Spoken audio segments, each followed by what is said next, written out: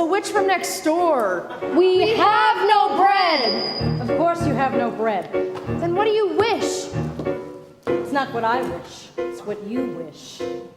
Nothing. Cooking in there now, is there? The old enchantress went on to tell the couple that she had placed a spell on their house. What spell?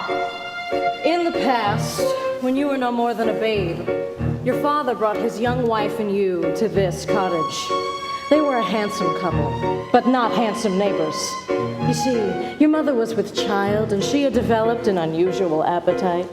She took one look at my beautiful garden and told your father that what she wanted more than anything in the world was greens, and nothing but greens. Parsley, peppers, cabbages, and celery, asparagus, and watercress, and fiddle ferns, and lettuce. He said all right, but it wasn't quite, because I caught him in the autumn in my garden one night. He was robbing me, raping me, rooting through my rutabaga, raiding my arugula, and ripping up the rampion, my champion, my favorite. I should have laid a spell on him right there. I could have turned him into stone, or a dog, or a chair.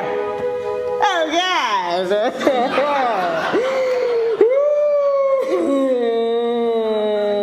But I let him have the rampion. I had lots to spare. In return, however, I said, fair is fair. You can let me have the baby that your wife will bear. And we'll call it square. I had a brother? No, but you had a sister. But the witch refused to tell her any more of her sister. Not even that her name was Rapunzel. Oh. She went on. Ugh, I thought I had been more than reasonable, and that we all might live happily ever after. But how was I to know what your father had also hidden in his pocket?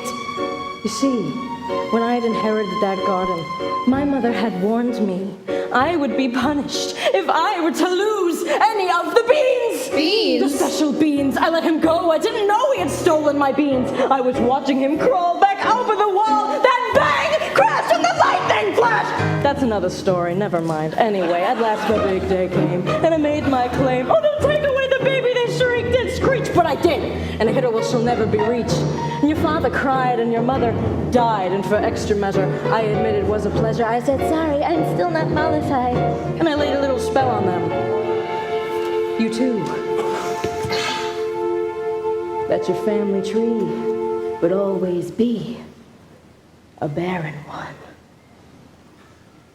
So there's no more fuss and there's no more scenes, and my garden thrives. You should see my nectarines. But I'm telling you the same I tell kings and queens. Don't ever, never, ever mess around with my greens! Especially the beans.